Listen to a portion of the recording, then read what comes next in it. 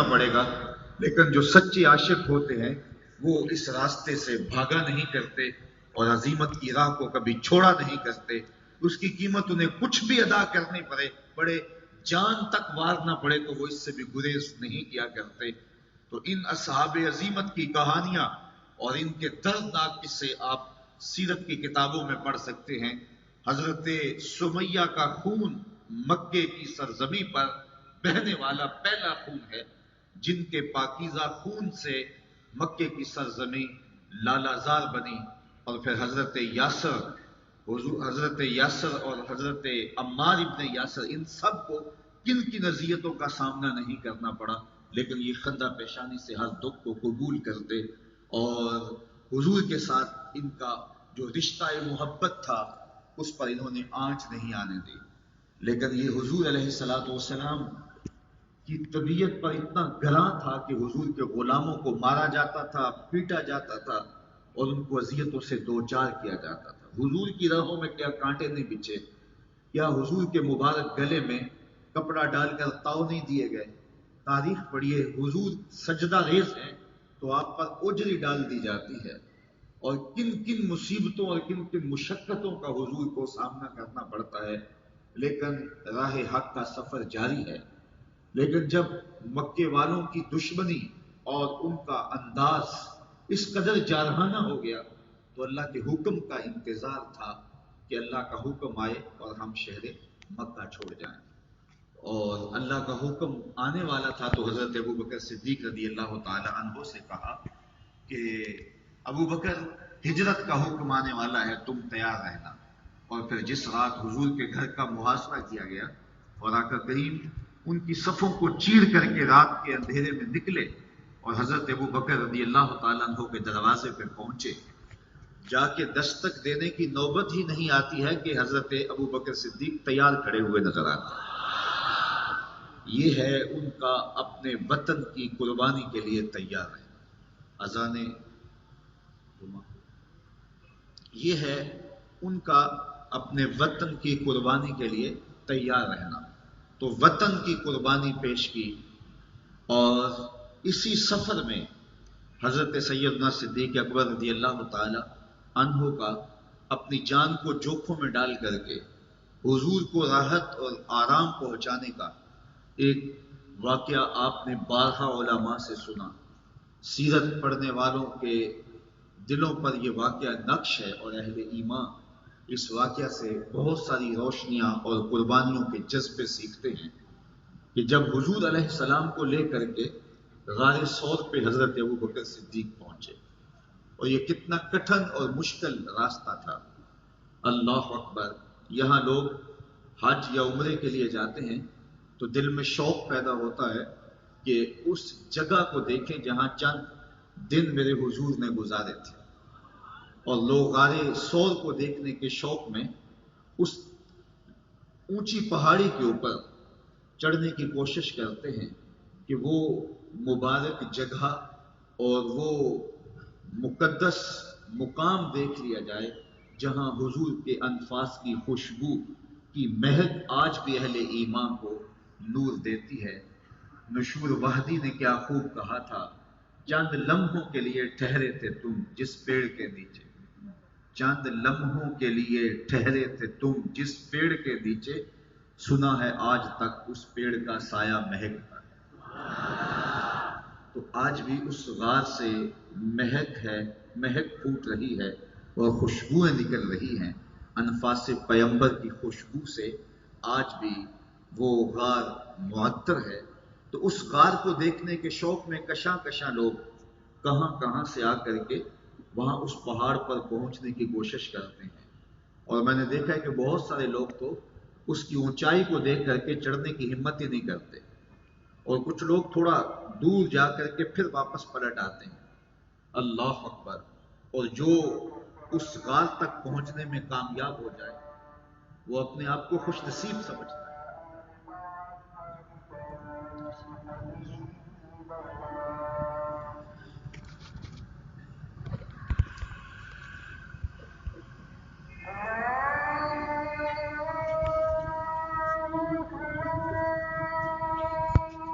وقال تو میں عرض کر رہا تھا کہ وہ بلند اور اونچا پہاڑ جہاں اپنے وجود کو لے کر کے پہنچ جانے والا اپنی قسمت پہ نازاں ہوتا ہے اور وہ سمجھتا ہے کہ میں بڑا باہمت ہوں کہ یہاں تک چڑھ آیا ہوں، اور راستے میں کئی مرتبہ سانس بھی لیتا ہے، تو جہاں خود چڑھنا کٹھن اور مشکل ہے، میں سلام نہ پیش کروں سیدنا صدیق اکبر کی ذات کو کہ وہاں حضور کو کندھوں پہ اٹھا کے لے کے گئے، اور جب پھر وہاں یا رسول اللہ پھر وہاں جب غار کے دھانے کے قریب پہنچے تو پھر حضور علیہ السلام سے عرض گزار ہوتے ہیں کہ حضور آپ تھوڑی دیر باہر تشریف رکھیے تاکہ میں دیکھوں کہ غار کے اندر کوئی ایسی چیز نہ ہو جو آپ کو تکلیف پہنچائے۔ جا کے غار کو صاف کیا تو دیکھا کہ جا بجا سوراخ بنے ہوئے، تو ان سوراخوں کو بند کیا، اپنی قمیض پھاڑ لی اور اپنے امامے کو ان میں اڑس دیا، لیکن اس کے باوجود بھی ایک روایت کے مطابق ایک روایت کے مطابق 2 سوراخ باقی رہے، تو ان میں اپنی ایڑیاں رکھ دی اور پھر حضور سے کہا جان عالم اندر تشریف لائیے، اور آقا کریم علیہ الصلوۃ والسلام کو اپنی گود میں لٹایا، اور سیدنا صدیق اکبر نے وہ لطف لیا کہ محبوب کریم کو اس خلوت میں جی بھر کے دیکھا۔ کسی نے کہا تھا کہ مچل رہی ہیں شوخیاں دیدائے نیم باز میں، مچل رہی ہیں شوخیاں دیدائے نیم باز میں، جاگ رہے ہیں پاسباں یار ہے خواب ناز میں۔ تو حضور علیہ السلام ان کی آغوش میں ہیں اور استراحت فرمانے لگے، اور سیدنا صدیق اکبر نے اپنی ایڑیاں ان سوراخوں میں رکھی ہیں۔ اب ایک موذی سانپ وہاں رہتا تھا، تو اس نے ہر سوراخ جب بند پایا تو پھر وہ اس سوراخ پہ آیا جہاں حضرت سیدنا صدیق اکبر رضی اللہ تعالی عنہ کی ایڑی تھی، تو اس نے آپ کے پاؤں پر ڈنگ دیا۔ جب آپ کے پاؤں پہ ڈنگ مارا تو سانپ، اور پھر وہ بھی پہاڑی سانپ، تو اس کے اثرات سے آپ کو جو درد اور اس کا جو زہر بدن میں سرایت کرنے لگا، اس سے تو کپ کپا کے رہ جاتے،